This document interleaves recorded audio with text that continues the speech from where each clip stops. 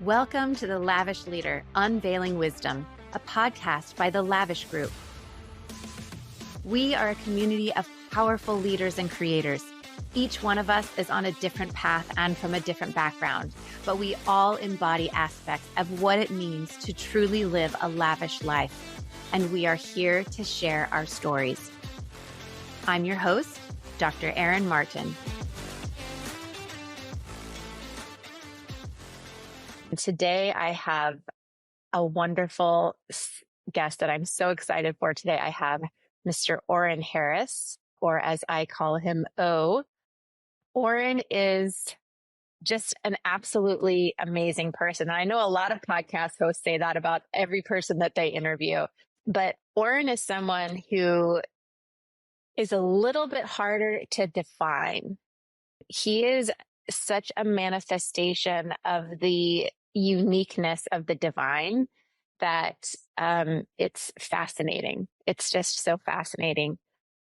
Oren is not only a coach and a poet and a lover of life, but Oren is an oracle, a connector, a channel, and he specializes in the power of flow, which is something that I think that so many people are after, so few actually experience. And once you do experience, it's like, I got to have more of that. And I'm quoting him as he says, "My mission is to awaken you to the God within and actualize your potential while living a life of contribution, fulfillment, and divine inspiration." And I think that's a wonderful synopsis of who he is. He is a light. He is someone I'm just so excited to talk to because I know it's going to be absolutely lavish. It's going to be absolutely divine. So welcome, Oren. Thank you. Thank you for having me and inviting me. I'm delighted to be here. You are so welcome. Well, I have been thinking so much about what topics we could talk about today. And you are such a wealth of knowledge. And looking at the things that you say on your website about, you say, feel limitless in your potential, connected to your genius, and fearless in life. And I think that that sounds so wonderful. And I think what's even more potent about you and what you do is that at the very core of it is this devotion to source. There's a devotion to love. And if there was one word I could use to describe you, it would be love. And it is really, I think, the difference between giving love, being someone who gives love, and someone who actually is love. And I think that that is a whole nother level of mastery, which you are embodying quite well. So I would love today to start things off for you to tell us about yourself and tell us how it is that you came to be who you are today. Were you born this way, or did you come to it through different life experiences, the discovery and expression of your gifts and all of that? I'd love to have a context to know you in. So, yes, I was born this way, and no, I was not born this way. I think we all come into this world wide-eyed, innocent, connected to source in a sense, but life happens and we grow and we develop. And so I had, like many people, have had my own catalyst for awakening and for self-discovery and discovering of my gifts and all of the things I'm doing today, both stimulated by really challenging events, which are a great catalyst for transformation, as well as just things that I was inspired towards. So I have had many significant moments of a complete disruption of my life and myself, or who I knew myself to be, which is like on a level of like death, rebirth. And there's several key moments in my life, but one was in a relationship that was going really well. I was in love with this woman. Her family didn't know about us because they were racist, essentially. But we kept falling deeper in love. We're like, we're going to have to come out and tell them. Anyway, so that was already a strain on our relationship, but the relationship was amazing. And then just as we were coming out the closet and empowering ourselves and ready to go forth and be like, hey, we're in love, everybody deal with it, ideally support us, her dad passed away. And it was really, really heartbreaking and hard on her family and hard on her. Her dad was her best friend. And so that then delayed this whole coming out announcement party thing, because there's like no way to bring that when the family's in tremendous grief. And so that kind of indirectly put a strain on our relationship. And then amidst all of that, she got pregnant. And so then that was just like the like intensity on top of intensity on top of intensity. Because long story short, she's like, there's no way I can bring a child into this world amidst all of this with our relationship, the race thing, and the death in the family.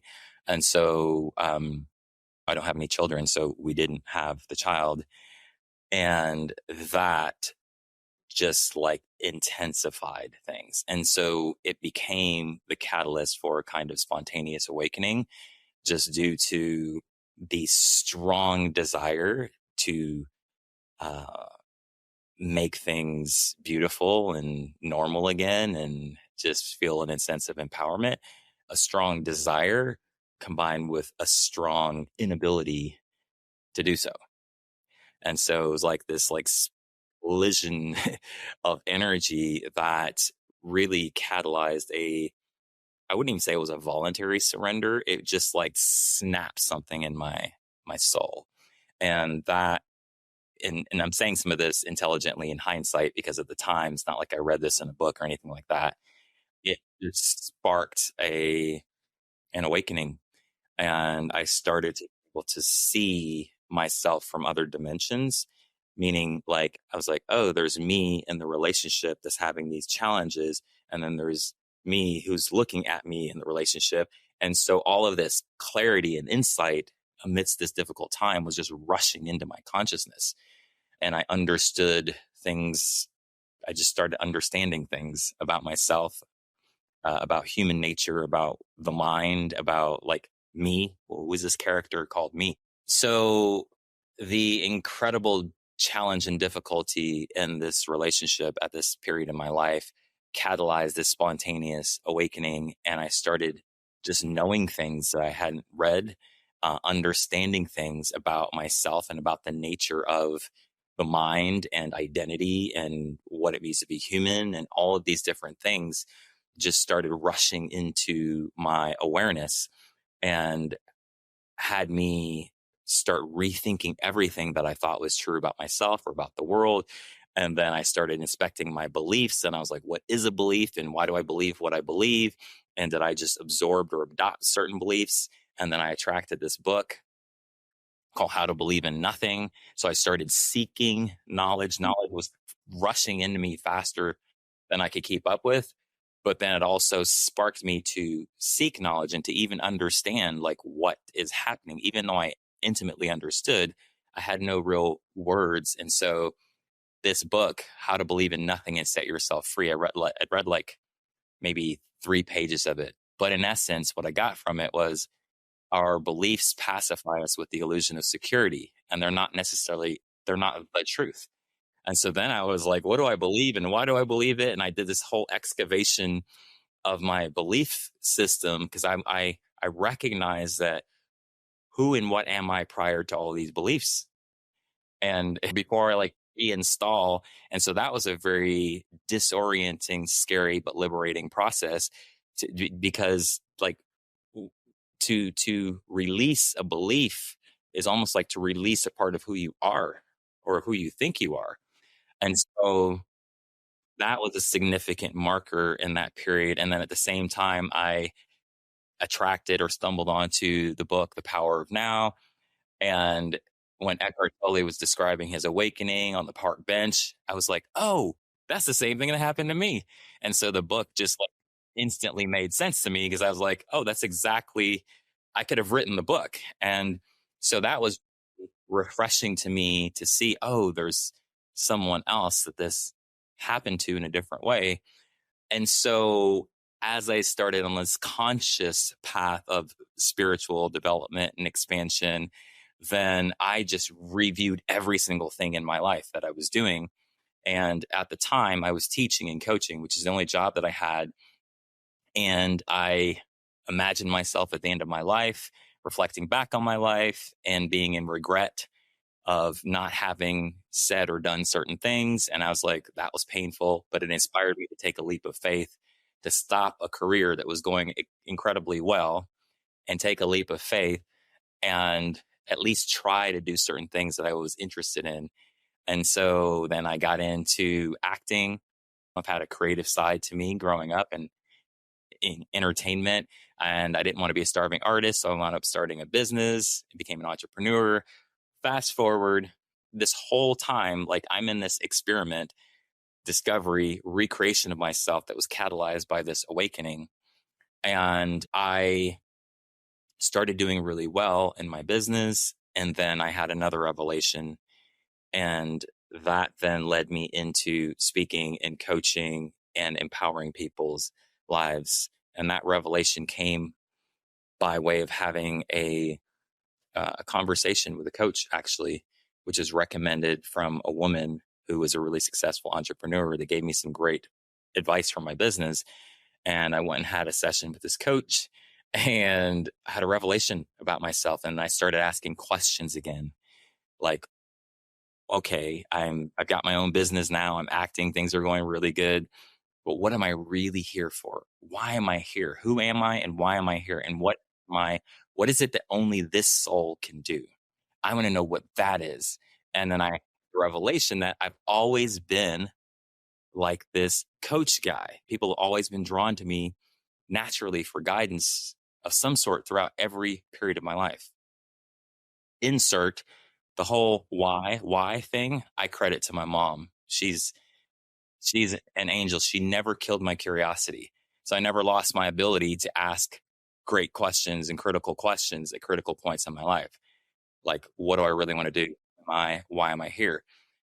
And so I realized that this coaching thing was something in my essence. It was a clue and it followed me around. So I literally decided, I was like, I'm going to do that. That's how I got into coaching. And then that started going pretty well. And then I interviewed or felt like an interview. I had a conversation with a really successful coach, two of them. One of them was my friend, and they both said, if you're a great speaker, that's a great way to build your coaching practice. And so then I went to Toastmasters, public speaking organization. They teach you how to speak. I wrote my first speech out. I'm pacing around in my apartment like a crazy person, doing these inflections and tonalities, just a hot mess, really. And I was like nervous, and I wasn't even on stage yet. And I genuinely was like, you know what? I don't know about this speaking thing, but I signed to do my first speech, my icebreaker. I'm going to get it over with. And I went into that speech, and this is in hindsight too, but something inside me was like, you know what? I'm not going to try to do a good talk. I'm not going to try to get the ahs, don't say, the inflect. I'm not going to speak my heart, be myself, get it over with, and move on with this coaching thing. And I went in there with that intention, stood up on the stage, started to talk. Who am I? If you would have asked me a couple of years ago, I'd have said, I'm a teacher, I'm a coach, I'm a this, I'm a that. But is that really who I am? And I do this talk. It was timeless. I got a standing ovation, and I got all of these amazing compliments from people written on feedback slips. Amazing, made me cry, inspiring, moving, best icebreaker I've ever heard. you reminded me of Martin Luther King. So my mind's in this surreal state. My being was like, this is just feels right. It feels true. But my mind was like, this is real. I was the guy pacing around my apartment, like looking like a crazy person. And now everybody's looking at me like I'm a genius. So at the end of the talk, people were coming up to me and saying nice words, telling me their experience, but they were looking at me like what looked like they were trying to understand something. They were trying to express. They were like, thank you. Like the feeling was like, what happened here? What's happening? What are you? Who are you? What is it I'm feeling? Something significant just happened. And so they were just like, thank you. And over the next couple of days, I really reflected on that. And I was curious. I was like, number one, why, when I said F it, did this genius come through me? And two, what were these people trying to tell me? Do you know what I mean? And so Yeah. that was the next revelation. And I was like, okay, well, clearly I can speak. So I'm going to do that. I am that. I recognize I already was that. And so that's how I got into speaking. And I realized that everybody just wants to be themselves at the end of the day and feel good about it. And ideally have people that know who they are and receive them. And I'm like, my heart, because I was in my heart, I spoke to their hearts because I was connected to my soul and I surrendered to the moment and allowed my truth to move through me. My spirit spoke to their spirit. And I'm like, that's what, it wasn't the words, it wasn't the content, it wasn't my ability to articulate well and string sentences and ideas together so much as it was where I was speaking from. And I realized it was a revelation, just like the coaching. I'm like, whatever that is, for whatever reason, I am that. So when I spoke it into form and said, I am a speaker, I started off world class. Not like I was around the world, but like in my being, I recognized that I don't have to try to speak. And so that's how I started speaking. And fast forward, the rest, as they say, is history. So Beautiful. Thank you so much for sharing that. You said so much there that I think is valuable and to resonate with so many people. And you're talking about like super high level communication, right? Like it's not about the words that you say. It's not about the intonation, the inflections, the body language. It is like where it's coming from and where you're speaking to. And that is, again, a mastery that few have when they're speaking to someone, whether it's on a stage or whether it's one-on-one with someone. We're oftentimes speaking at people, right? And so that connection that we're all like desiring to have is available at our fingertips. And I think that's like when you say that when people came up to you afterwards and they were like trying to figure out who are you, what just happened here? It's almost like there's some sort of fake recognition of something that they once knew, right? And they're not quite sure if it's the real deal here. Like what? And yet there's also the knowing. And I think that as you were saying that, I was like, I'm pretty sure that I experienced that the first time that I met you. I was like, who is this guy? And what is he all about? And the more time that I spent around you and the more opportunities I've had to speak with you and converse with you and commune with you, I have something just so deep sinks in about not just the authenticity, but the like truth of who you are. It's so genuine. And I don't mean that in flattery. I mean that in complete honesty. So you came to this through hard times and a complete I won't say overhaul, but maybe it was an overhaul of like looking at what is a belief? What do I believe? Why do I believe that? Do I want to believe that still? And I think that so many people, I'm thinking about particularly people that would be listening to this podcast, these high level women.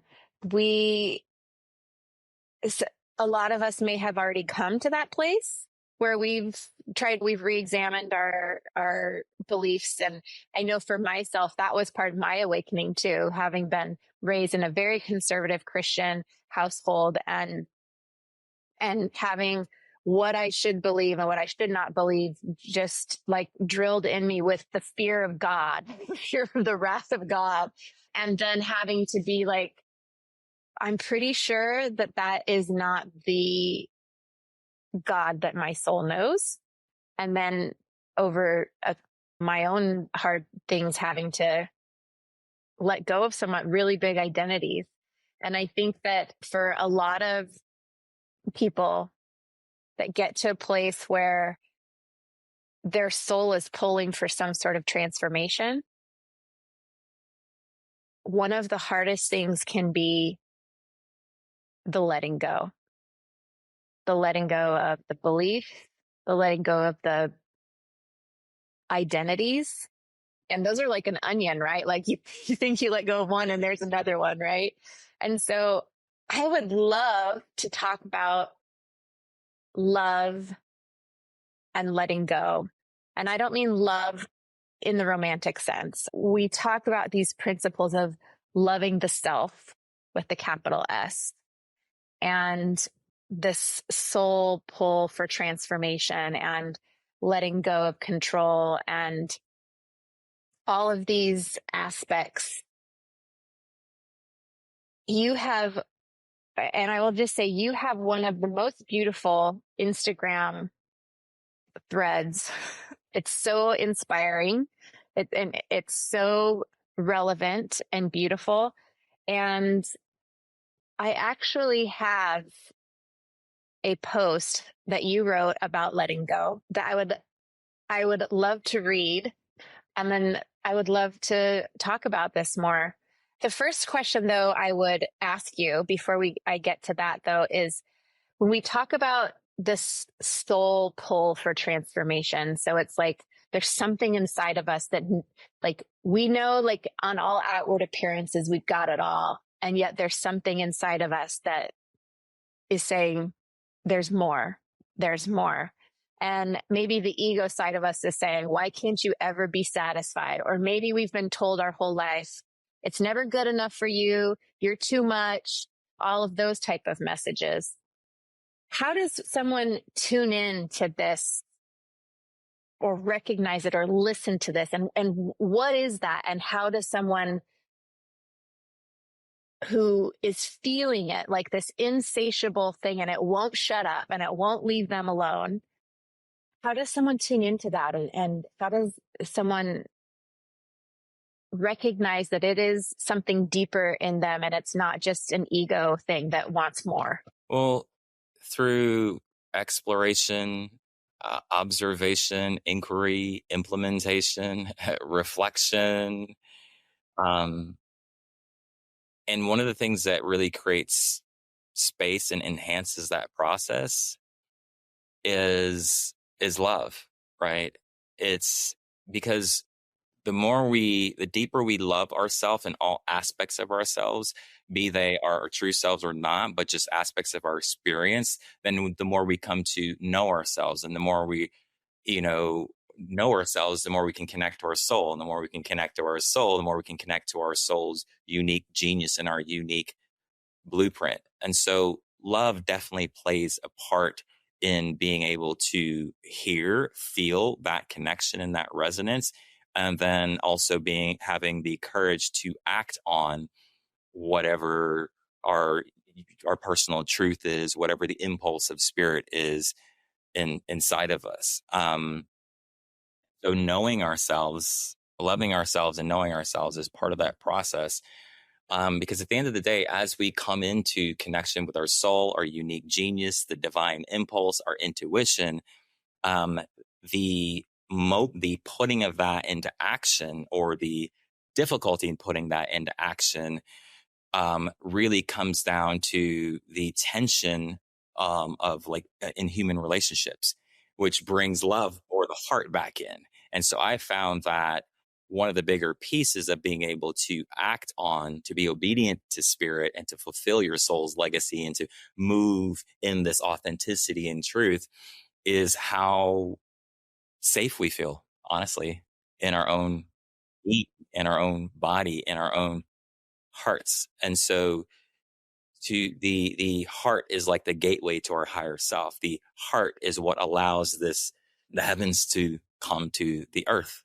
It's what allows that energy, whether you're looking at it abstractly, like just the radiance and luminosity of our being, or you look at it very specifically in terms of what we're expressing. When our heart's open, that circuit is open. All right. And that's what allows it to move. So I found that that's been the biggest challenge, or it's one of the biggest pieces of the puzzle. And then the safety, even when we talk about like transition, if you're changing from one identity to another, one career to another, or you're just having this transformational process, one of the parts of transition that can be challenging, especially if we're in the void or in the unknown, or we're having an identity crisis, or we haven't landed in the embodiment and expression of the new expression yet, is just feeling unsafe. Yeah. Not feeling safe in not knowing, whether it's not knowing who we are, or not knowing how, or not knowing what to do. And I feel like that's a piece that pretty consistently gets overlooked, because we're trying to get to the clarity and the direction and trying to like move, or trying to move with the clarity that we do have. And so the heart being open and relaxed and safe is what allows the soul, and the spirit and the inspiration and the visions, therefore, and whatever we're bringing to the world, to keep flowing. Mm-hmm. Yes. It's not the only piece of the puzzle, but I've noticed that it's the biggest piece of the puzzle, or one of the biggest pieces of the puzzle, first of all, and even getting in touch with that your home frequency and where that clarity and resonance exists. And then in being able to then, okay, now you're getting in touch with it. You're like, ooh, I know who I am. I know my soul. I know my gifts. Ooh, I'm getting downloads. Then the action part of how much we'll be able to move with that impulse into the world. And it might be something consciously or subconsciously of like, what are people going to think of me? Or maybe it's, what are my family going to think of me? You know what I mean? Or what if people can't understand me?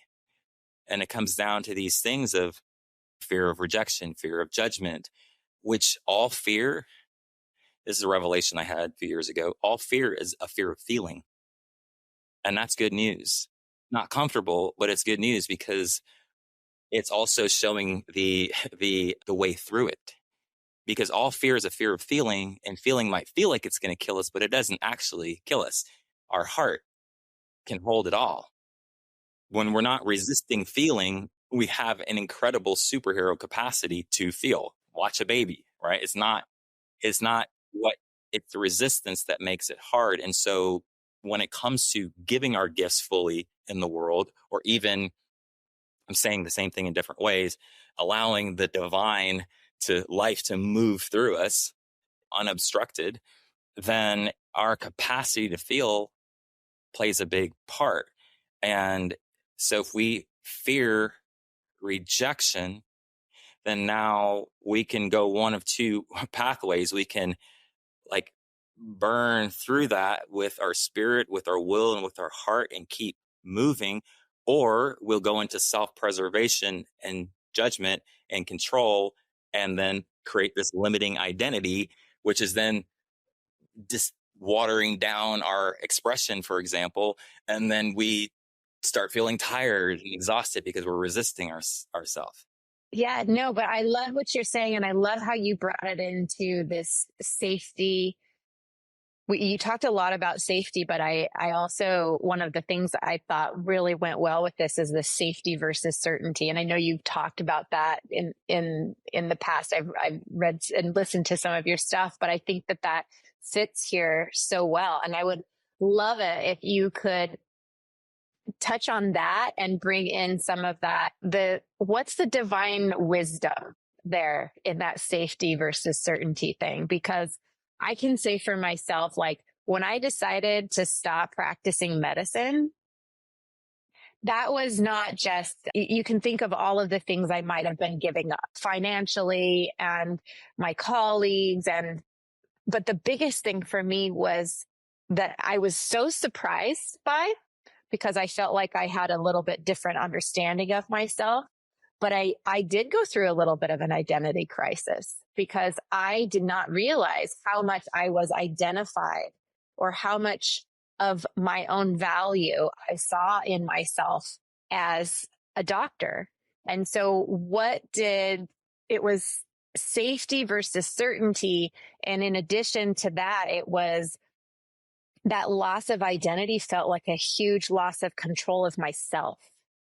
I did not know how to put myself back together. It was like Humpty Dumpty had fallen off a wall, and all of the aspects of my psyche and myself felt like Scrabble. Felt like I didn't know how to put that back together again. I eventually figured it out. But I think that there's the safety versus certainty thing is also a really big reason why so many people stay in situations, whether it's a relationship or it's a job or something that is soul sucking or toxic or just not in alignment with something that they know is their highest good. And I know for myself, like, even if I'm just talking about my career, I have been thinking about leaving medicine for a long time before I actually did it. And I did a lot of probably damage to myself mentally and physically, that toll of the stress of all of that, before I actually got to the point where the universe was like, you jump or we're going to kick you off the cliff. Right. Yeah, I like the Humpty Dumpty analogy, and I can relate to it. And I think most people can. Identity crisis, trying to put yourself back together again. This is how safety versus certainty plays out in that is when you're going through any kind of transition, especially a big one, it could be like a death and rebirth, right? And so then the identity crisis, like part of the crisis of the identities, whatever you previously drew your certainty, your security, your safety, your sense of value, and your sense of worth from is no longer there. So you don't have that same power to draw upon or to associate yourself with. And so it's not like your power goes away, nor does your safety go away. But if you linked it to your identity, then it's like, but I don't know exactly who I am, or I'm not in that career or job anymore, that relationship anymore. And so you're in this transition. And one of the things that can happen in transition is if we start feeling overwhelmed or anxious or fearful, and at the same time, we're like inspired towards a new direction, right? And maybe you've already started receiving some clarity, or you have a vision, right? And you're trying to move forward with clarity. Here's where safety versus certainty comes into play, is that if in feeling overwhelmed or anxious or fearful, when that's going on in your system, whether it's in the background on the low level or in the foreground, and you're trying to seek safety unconsciously through certainty, through clarity. Clarity would be like, I have the new identity. I have the new job. Hallelujah. I've got my value, my work, my security, my power back. Whew, I'm good. Right. Mm-hmm.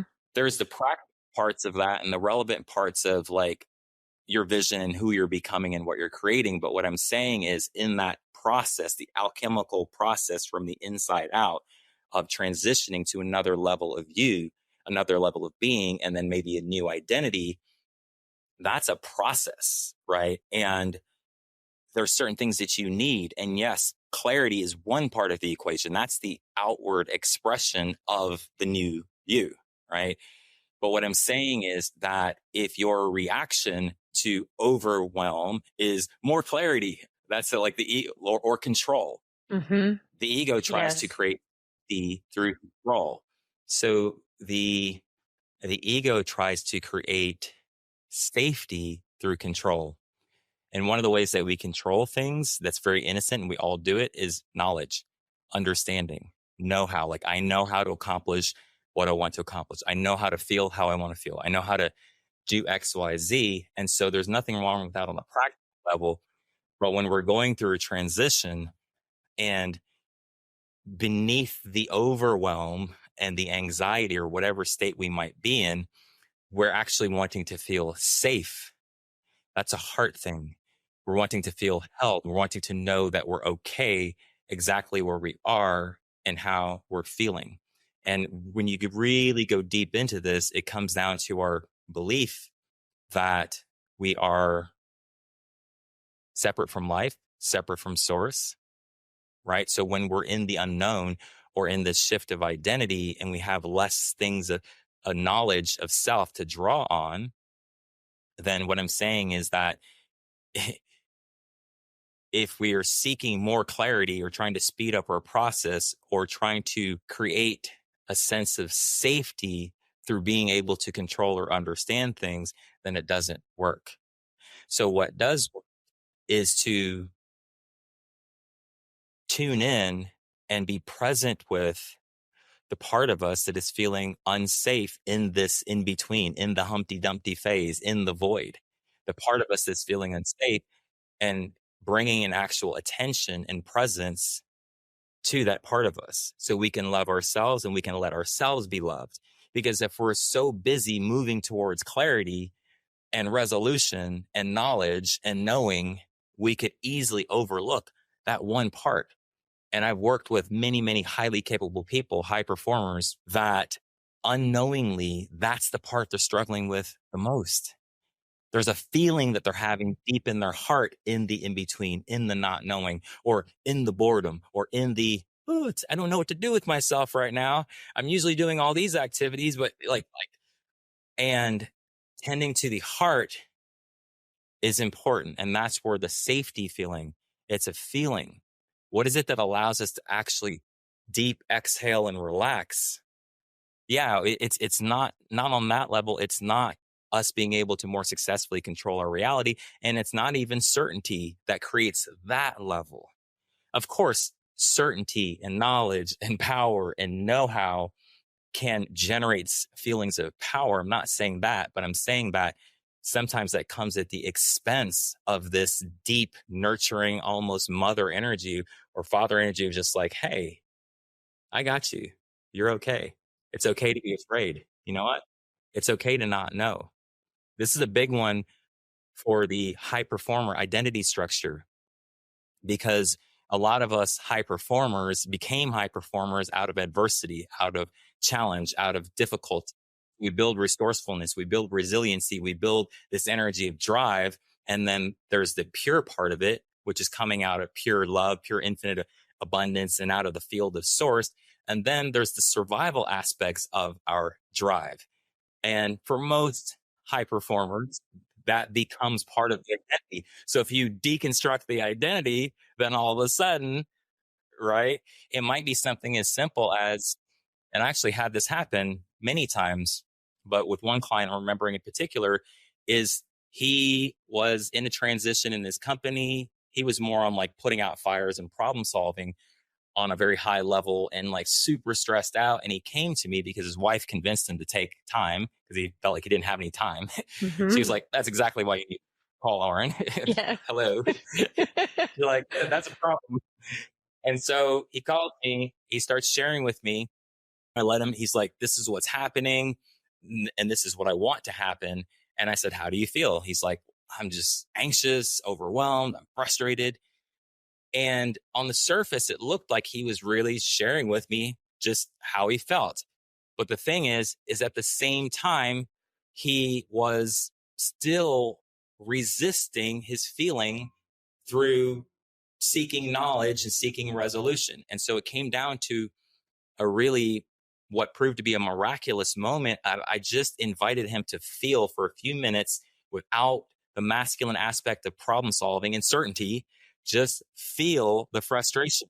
And when he did that, then I said, how do you feel? And he's like, so he was feeling more now. And then I said, how do you feel about the fact that you don't know what to do? Because he said, I don't know what to do. And I said, well, how do you feel about that? And then I felt some tears well up in his heart. There was like tears before they came out. And it turned out he was feeling shame. So this whole time, while he's moving towards clarity and certainty and resolution and creation, he's using part of his infinite power to manage the shame that's going on in the background. So he's not actually accessing all of his power, right? And so that was miraculous. It helped him release that. Boom, he gets an insight that solves the problem he's trying to solve for 2 months, and it happens in 10 minutes.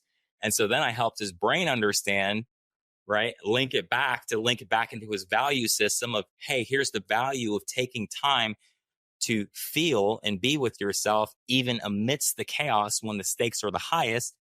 I linked it back to his brain. And I said, why do you think that insight just came? Where did it come from? How come it wasn't obvious to you before? And I linked it to the managing of the shame. And I'm using this as an example to tie this all together to say that for him, when he was a child, he got rewarded, got valued, and got loved for getting the good grades, for being the high performer, for knowing how to find the answer. So now here he is, a high-powered CEO. And yes, that's an asset, resourcefulness, capability, drive. It's like, yes, yes, yes, yes, yes. But the flip side of that, the downside of that particular asset, because part of it was born out of survival, like self-preservation, is that he's spending all this time just resisting. I don't know what to do. Right. So, and this was in his so him just saying, I don't know, and then moving that shame and coming into acceptance of it's okay to not know. You're not a bad person. You're not invaluable. That one moment changed his whole entire life. And that's an example, a very specific example of a transformation of identity happening on a core level. And part of the drive and the high-powered CEO, he's a badass, but he's significantly limiting himself because this part of his identity was avoiding or managing shame. And so he liberated that energy back into his consciousness, had an insight come in, and now he's a more powerful CEO. And then he gets to integrate new behaviors. Maybe he's in a moment like that in the future, trying to help his team and his company. And he's just, I don't know, honest. And you're like, hey, I'm on it. And like, guys, I don't know exactly what to do, but I know we'll figure it out. So simple. That's intimacy. That's self-love. And you combine that with the drive that he already had, boom, he's a more powerful CEO right there. Yeah. That story resonates with me personally. And I also see the way that, like, even working with patients and clients and all of that in myself, where that safety and certainty drive is being driven by something else, essentially, right? Like and so it is an awareness. What I hear you saying is that there has to become an awareness of the core driving force in that safety versus certainty in order to make that shift, that transformation. And it comes with feeling. It starts with, we're able to get to that deeper place by allowing ourselves the space to feel, the space and the time to be in the feeling, because those feelings have a lot of information for us. And 100%. Yeah, I hear so many people, and myself included, we all say, I don't want to feel this way, or I don't want to feel X, Y, and Z. And you were talking about all the time and energy that we spend resisting feeling.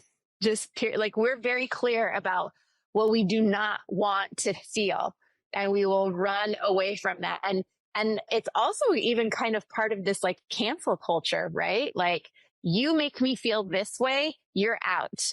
Like, without actually looking at, why do I feel that way in the first place?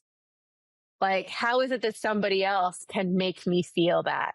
Yes, it's beautiful. I love the answer to solving that safety question. One thing I wanted to add to feeling is sometimes, and this is the case with this gentleman, sometimes we think we're feeling something, but we're not actually fully feeling it. And the miracle and the healing of feeling happens in its highest potency the moment we're fully feeling something. And that's like a lost art. It's almost like a superpower we had when we were children. And most of us forgot how to feel without agenda, which means without trying to change it, fix it, analyze it, extrapolate it. And if you can just do that for a hot second, just feel like your mind has no idea the power of this and might even think it's a waste of time. But if you can just completely feel, I'm like, if you're going to be frustrated, just be frustrated for a minute. Like, let yourself be frustrated. Then you can extrapolate insight, revelation, clarity, and direction. Right. Well, I think part of that also comes with most people will, they make those negative emotions bad. Feeling frustrated is bad. It's something we don't want to feel. Feeling afraid is bad. That means something's wrong. Feeling sad, feeling grief, feeling angry, feeling unvaluable, like all of those things we don't want to feel. Those are bad emotions and we don't want to feel them. Not even like, I feel like I don't want to feel them, but like it's part of the way that we're raised in our culture that don't, like, if you feel those are negative, stay in the positive. So we will bypass the value of these harder emotions, I will just say. And I have to say for myself, like just being able to say, oh, I'm afraid. And being able to say, like, is it okay that I'm afraid? Yes, it's okay that I'm afraid. Just like you said, that feeling is not going to kill me. Right. And that's one of the things I say people are like, but I feel shame or I feel this. And like, is it okay that you feel that way? And that's a very deep question for a lot of people. They have to examine that a lot, but it's really good food for thought with that. Everything that you said. Thank you very much. I would love to read this post about letting go. Yes. For you. I'd love to hear it. There's good medicine for me too. Yes. So I'm going to start at the beginning. It says, one of my deepest prayers for you is that you realize and remember the deep trust, safety, and support that comes from knowing you aren't separate from life, God, nature, the deep nervous system relaxation, soul exhale we yearn for doesn't come from control. It comes from letting go of control, from surrender. This can be really scary, but it's ultimately necessary and is deeply linked to our destiny. Letting go is such an intangible, energetic, and I missed part of that. So it's this intangible, energetic thing. I'll do my best to give some practical examples of what surrender looks like in action. It looks like choosing intimacy over isolation or inauthenticity. It looks like being honest about your inner knowing and admitting you're afraid versus staying in the illusion of confusion.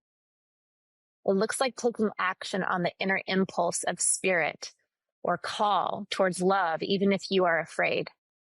It looks like resting when your body calls for it and using your will towards rest, if need be, when your mind resists resting.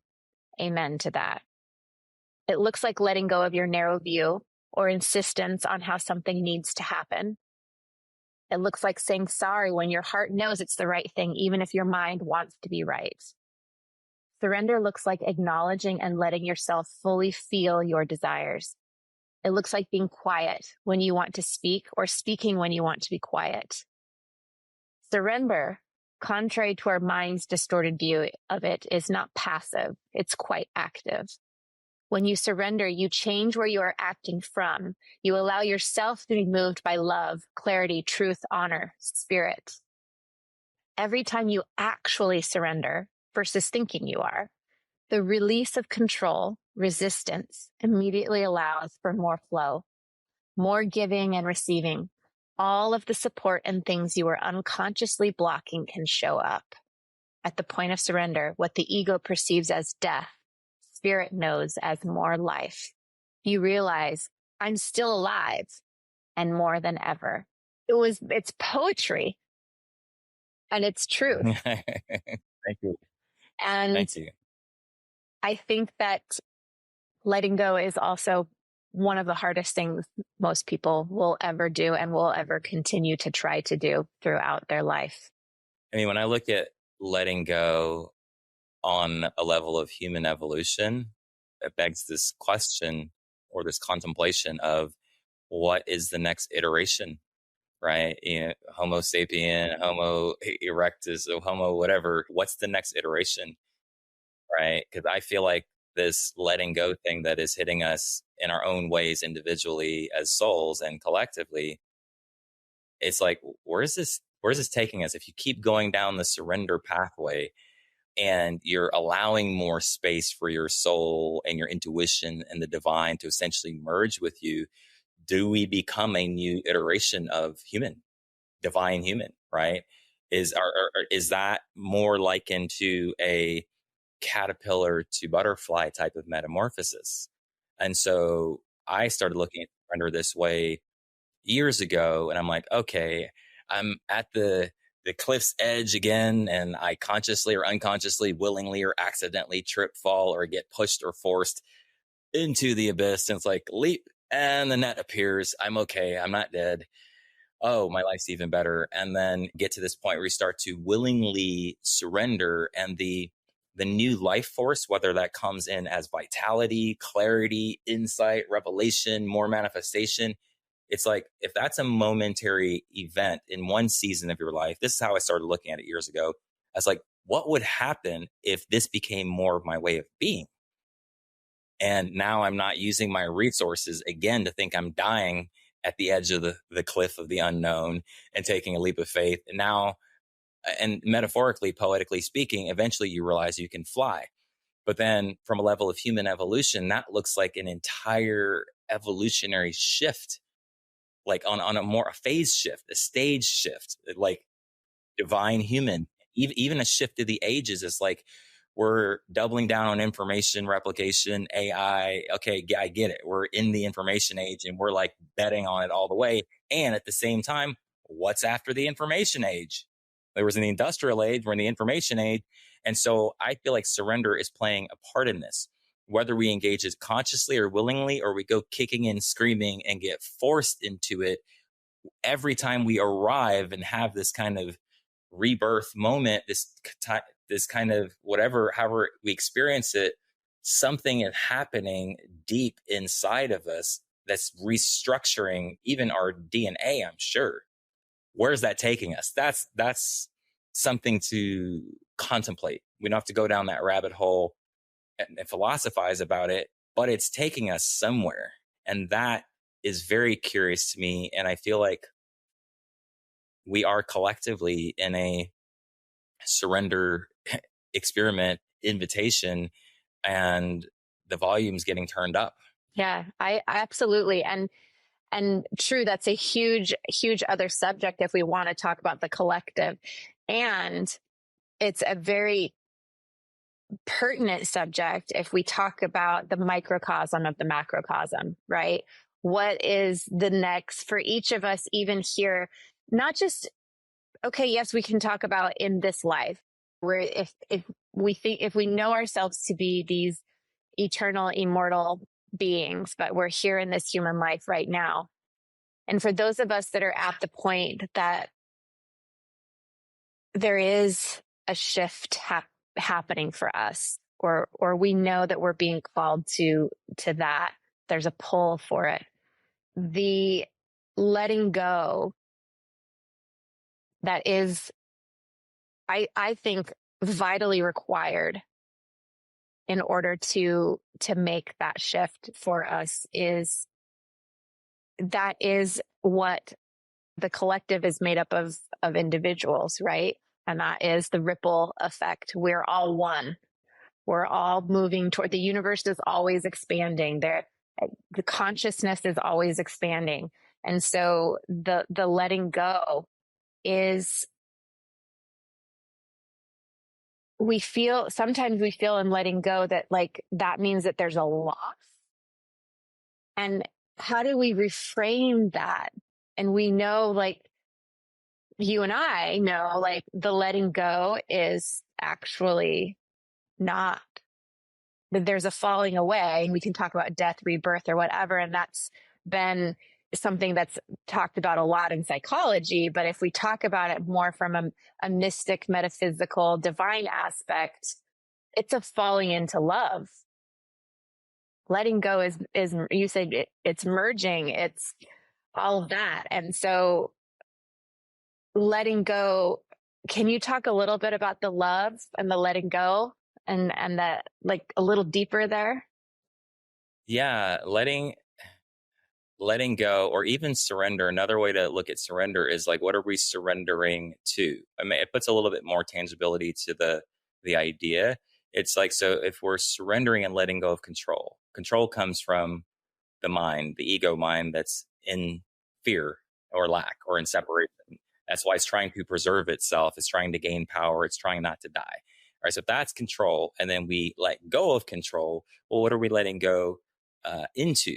And this is where I say to love or to the divine or to our own intuition, any kind of coherent harmonic of energy is what we make ourselves available to, even if we don't try to, because it's like a beach ball. If you hold a beach ball underneath the water in a pool, you're using pressure. That would be control, right?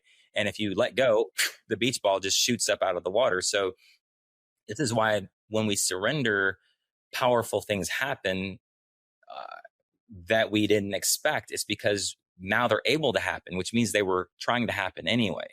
And so this is how I look at the flow of life, the flow of love, the flow of truth, the divine impulse. There's a flow there. There's a current there. And so when we let go, we're letting go into that. We're allowing that. And I think one of many places that love plays a big part of that process is, like we said, in the process of letting go, instead of going into defense and self-preservation when we don't feel safe, now we bring love in and, like, it's okay. Okay. You're allowed to be. It's okay. That's where love, one place that love comes in the letting go process. Then there's the active side of love. This is the intelligence of love. And this, when we surrender to love and surrender to spirit, then we merge with that intelligence. So then how it integrates, to put it into like even more practical pictures here, how it integrates now is it infiltrates our decision-making faculties. How we prioritize things, how are we making decisions, how are we weighing things, and on a practical life level, once we surrender to that divine intelligence and the intelligence of love, then we get to be the beneficiary of that intelligence, of the beneficiary of the intelligence, of the clarity, of the power, of the supernatural nature of that intelligence, because it sees from a broader perspective than our linear. And that's when it could seem like luck. It could seem like magic when things are working out much better. And the other way I'll tie love into letting go is more on a level of like love, like what do we love to do, right? There's an aliveness in love, right? Your energy is liberated. And so then our true passions, that which makes us come alive, that which we love, there's more space in our life for those things, to give our attention to what is actively in our love. And in tying safety back into this, it's as we relax into this safety and build this other trust muscle, right? There's the trust muscle of like, oh, I trust the known, I trust the knowledge, also because we can control it, right? So the sense of security, safety, trust, and empowerment that comes from the known and from knowledge and intellect, what happens when we surrender, we start to build the same muscle in the unknown, right? As we release into love, release into spirit in the various ways that we're talking about, then now that the frequency of faith and trust and power is able to enter into our system and become part of us. And then you start to feel, this is how I feel. I feel the same level of certainty about the things I'm certain about, because like I know how to do it. It's knowledge. It's like, oh yeah, I know I'm gonna drive down the street and go get some apple juice. Great. I feel I have to do that.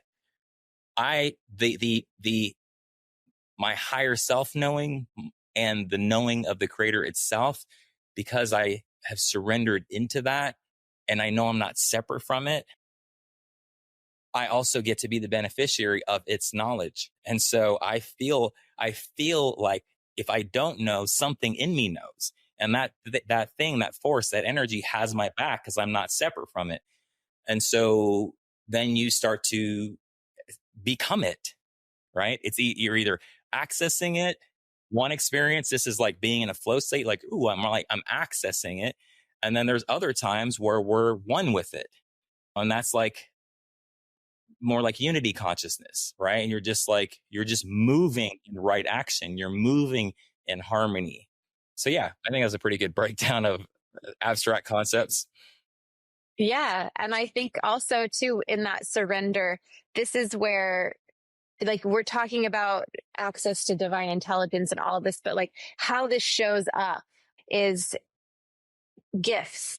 It shows up, and like the gifts, like the development or the discovery of gifts, or the intuition is a huge one. That is, Yeah. for me, I feel like my intuition is rock solid. It is an absolute superpower, and it is my higher self. It's like my best friend. It's like, it literally, like, I point here because this is where I hear it all the time.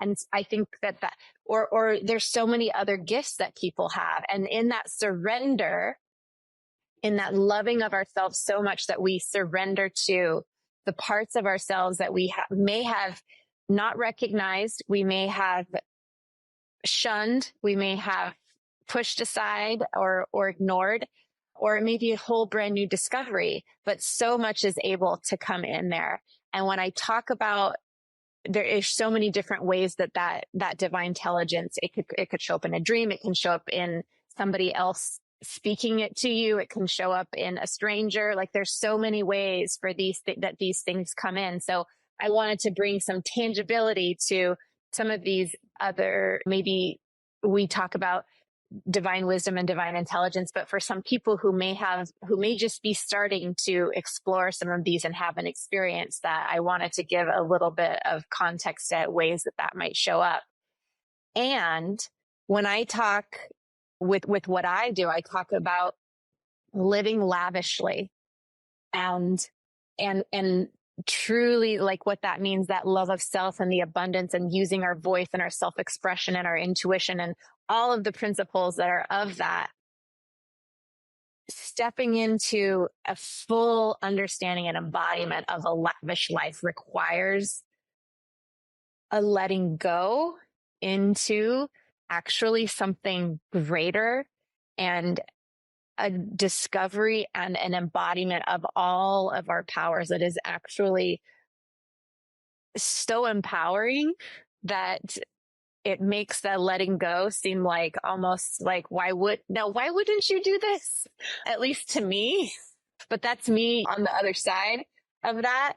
But I just wanted to add that part in there, because there is this, for me, why I started doing what I'm doing now is this deeper understanding that I am, the reality of me is lavishness. And it is this entire thing that is infused with this ribbon of love, and all recognizing all of the parts that are